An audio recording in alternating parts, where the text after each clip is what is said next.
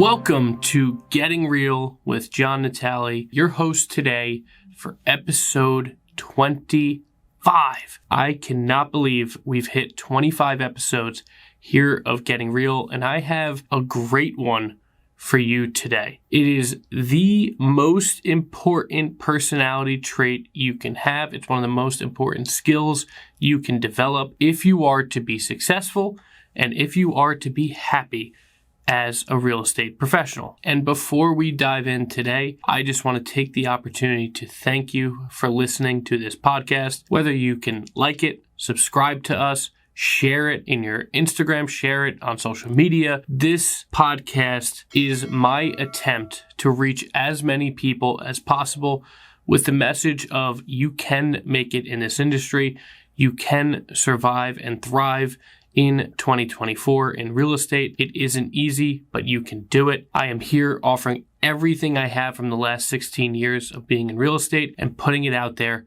for free on this podcast. We have a huge mission at our Natale companies. So between this Getting Real podcast, our Natale Realtors real estate company, our Natale coaching program, our Natale media company, all of these different things together are all designed to and fundamentally designed to redesign the real estate industry. For far too long, too many agents have failed. For far too long, not enough agents have found true happiness and true meaning behind a career in real estate.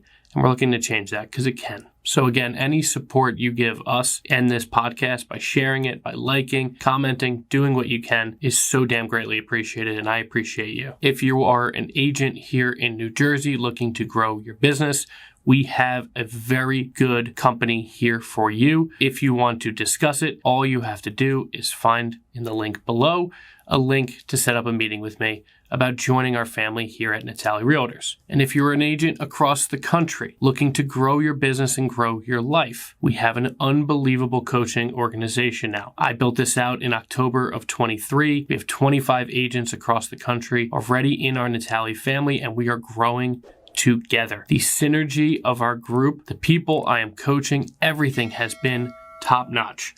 So if you have any interest in getting the best real estate coaching at a hell of a lot less of a price compared to 99% of other real estate coaches out there, hit the links below, set up a discovery call. It's completely free with me to discuss joining our coaching family. Now let's talk about the strongest personality trait I think you need to have if you are to have a very long and very successful career in real estate. And that personality trait, that skill you need to develop, is one we hear about a lot, especially from millennials, especially from Gen Z, and that is empathy. If you do not develop an empathetic soul, if you do not have empathy, it is going to be very hard for you to have success in real estate over the next 15 or 20 years. And the reason why is because empathy is becoming such a skill, and it's becoming such a personable thing that millennials, Gen Z gravitate towards, that if you don't have it, people can feel it. And when you don't have empathy,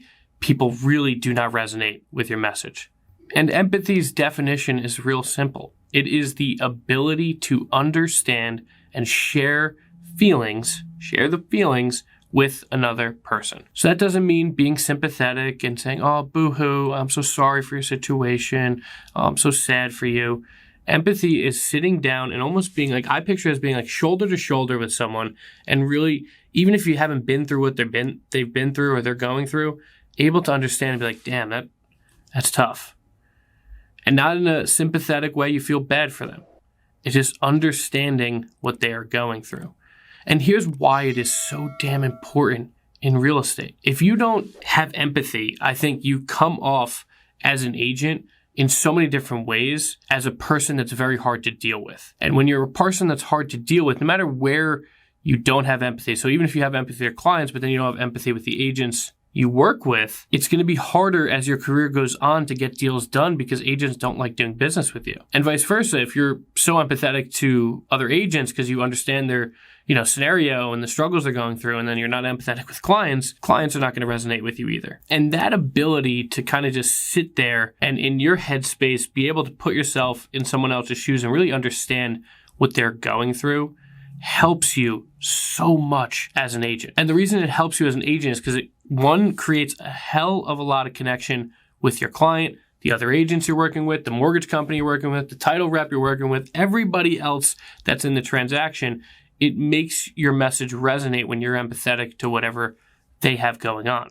But the other key thing it really, really honestly helps with is your own peace of mind. You see, I try to use empathy as much in my life as I possibly can. I don't talk about it too much, but I grew up in a very deeply traumatic environment. And I think that made me kind of what a lot of people around me consider an old soul.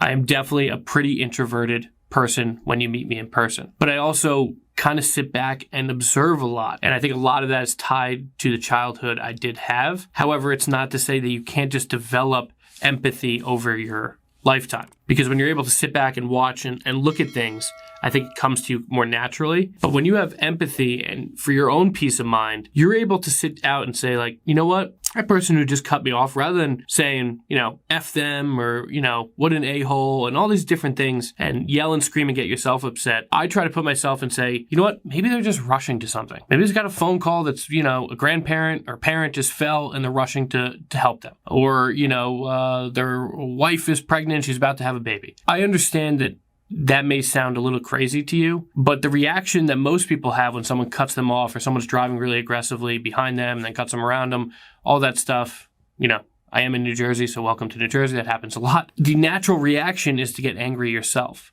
But when you're able to, put yourself in possibly another person's shoes, you gain peace of mind. It's a lot easier to tell yourself something that could be happening. You believe it and you let things go rather than rise to the anger level. And in business, this looks several different ways. Let's take prospecting, for instance. So many people will literally stop calling someone, whether they make phone calls, they door knock, whatever, to start prospecting business and lead generating. They will call, have a good conversation, call the person again, they don't answer, they leave a message, and then they leave the conversation there. They say, oh, he never called me back. I guess he doesn't want to talk. When you're able to have a little bit of empathy or really just try to tell yourself a different message, maybe they're going through something in that moment. Maybe I need to call 2, 3, 4, 5, 6, 7, 8 more times before someone actually answers. And I think that empathetic skill that you can kind of conjure up and tell yourself, okay, you know what? Maybe Bob didn't answer the phone because he's busy today. Maybe he's got a lot of work going on. It's not that he doesn't hate me. It's just because he's going through something. It's that message to your own head that then lets you call the next week. And even if he doesn't pick up, leave another message. And then 3 or 4 weeks goes by, and then Bob eventually picks up and goes, you know what? I was traveling for 3 weeks. Then my wife got sick. My kid got sick. I'm so appreciative you've been reaching out to me. Come on over. Let's list my house. Do you know how many pieces of business over 16 years I've gotten that exact same phone call? And if I didn't get over myself, and wasn't from like I'm going to annoy this person until they either buy or die. It's just simply like what I tell myself. It's that empathetic skill that you can really figure out for yourself that will let you get to the point where it's okay to call. Maybe they're going through something and they will call me back when they can. But continuing to reach out and not saying like, hey, I'm only going to call once. It's the ability to do so and still get through the actions that need to be done. How many times during a transaction, when we're dealing with another agent, do they stop answering you? And your mind starts running right away. It goes over and over in your head.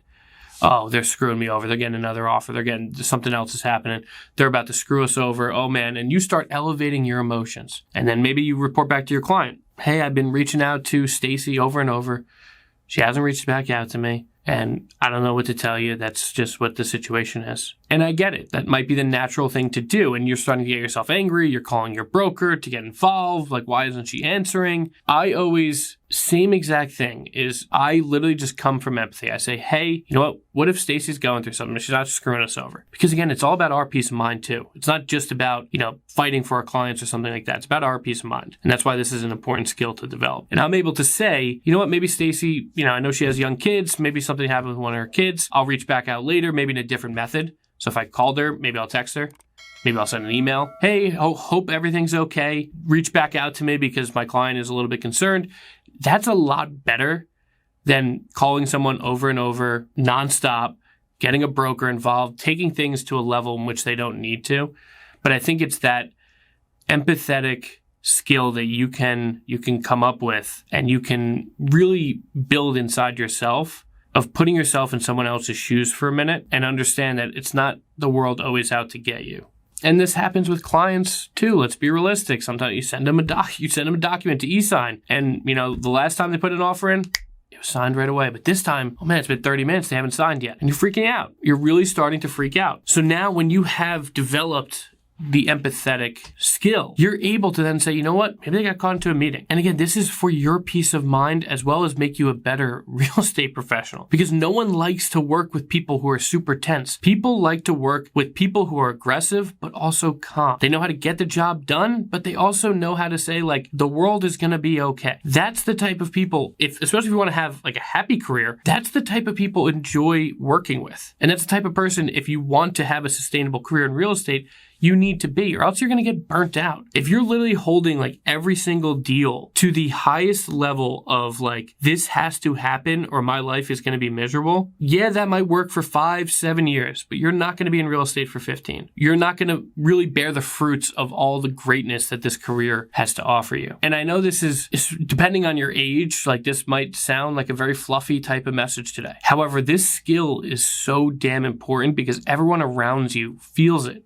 You become a much better person. Do you know how many people I see like throw up like a just sold a congratulation post for a property where people just got divorced? I don't think you understand. Like, it's not a happy transaction for them, no matter what they got in terms of the price. Because a divorce is a death of a marriage. And it's no matter, especially if it's happiness in getting out of it, but it's not a happy period of people's lives. And when you're able to like come to those meetings as a person with empathy versus a person who's just there to get a deal, talk about like all these great things, you're able to come down to their level, meet with them, you see them, they're seen, and they absolutely love working with you. And when people love working with you, it makes for a much better transaction, even if it is a divorce, even if someone just passed away and it's an estate sale, even if people are on hard times right now and they need to sell. When you're able to get down to their level, understand them, share some of those feelings with them, you are able to win time and time and time and time again. And the reality is empathy can be worked on. So the different ways you work on empathy, let's dive into that before we wrap this up.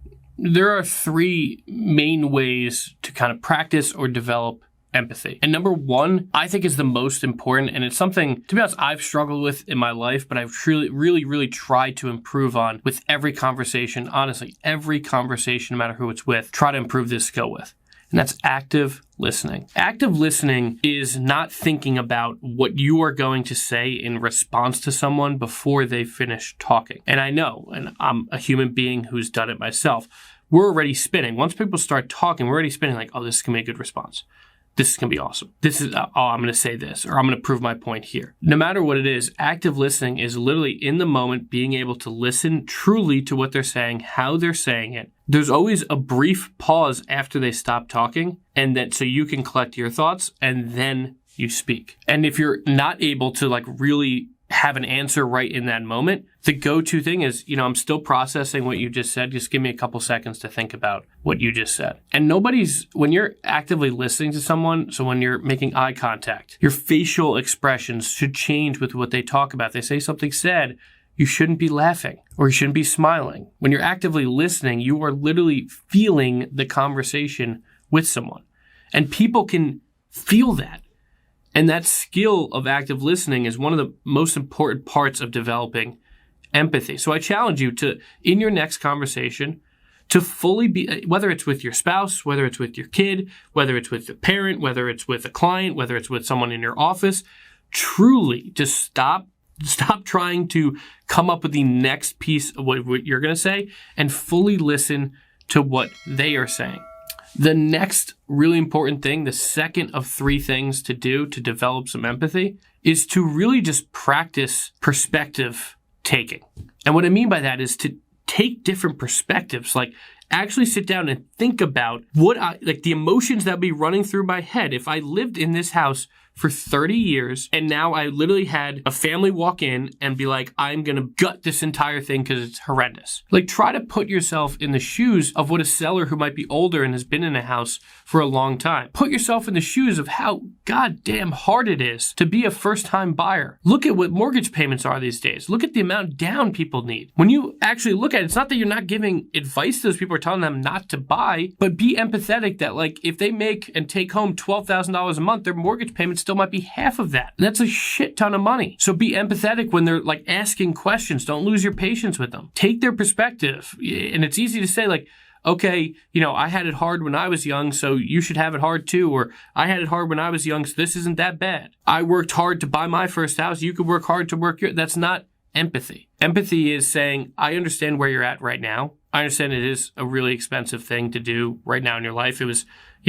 we lived on rice and beans when we bought our house too, type of thing, is a much better message than, well, you're making $250,000 a year. You should be able to buy a house. It doesn't really matter. What matters is how they're feeling. And if you're able to put yourself in their perspective, no matter where they are in their life, especially this is really, really works well with clients. That is the most important thing, is to take different perspectives. With some of your partners that you work with, so it's a mortgage lender, a title company, an attorney, put yourself in their perspective as to why it's important to keep building a relationship with you. Because if you develop these skills and you try to take these different perspectives, you will develop more empathy. And now I said there was going to be 3, but there's actually going to be 2 more. 2 more things to develop empathy. I'm going to give you what my third was, but I do have a bonus one as well. My third one is to just practice some empathetic language. Bring it into your conversation because it will kind of put you where you need to be. So when people say like they're struggling with something, rather than just fixing it right away, like with the solution, you know what? Instead of doing that, you should be doing this. That's why I told you not to be doing that anymore. That's why, and these conversations happen with more or less our people in our family than they might with clients, but they still probably happen with clients to a certain degree, right? The person who sends you another home that's $50,000 over what their budget is. It's easy to be like, no, this is not happening. Stop sending me these. But a more empathetic answer is like, I get it. Maybe we're not finding exactly what you want in the price that you set, but can you share with me, are we coming up with more money to buy this house at $50,000 over, or are we hoping that the price reduces over the next couple months and it will come down to our price range? That's an empathetic response for your client, rather than just, no, it's too much money. Or just, again, about your peace of mind. Okay, yeah, I'll show it to you. And then you show the house. You're not so happy because they're looking at a house $50,000 over. You might be giving some attitude, not your best performance, and you might not be the best real estate professional in that moment for that client. That is the epitome of what I'm talking about. And if you're able to practice some statements like, I get it, I'm here for you, I'm really sorry you're going through that right now. These things will help you become more empathetic. And the last one, this is where we're going to end our message today, is if you want to develop some empathy in your life, go out and volunteer. There's so many damn people that need help right now. If you're listening to this podcast, and you're able to, whether you're driving your car somewhere, you're able to listen to, my silly messages, I consider you pretty fortunate in life, right? Like if you're honestly able to listen to this podcast or watch this podcast right now, that means you at least have some sort of free time, you're developing, you're building some things into your career. It doesn't mean you're out on the streets. It doesn't mean you're going to be, hungry tonight. So go out there and volunteer, because when you get out in the community, you develop so much damn empathy for those living around you, even in your immediate area, even if you live in an affluent area. We live in one of the most affluent areas in the country, and there's still so many damn opportunities to help people around us. And so when I'm feeling like, okay, you know what, things don't feel right now, going out and volunteering in the community always helps. So I implore you to do the change in that regard, and it will help you change yourself.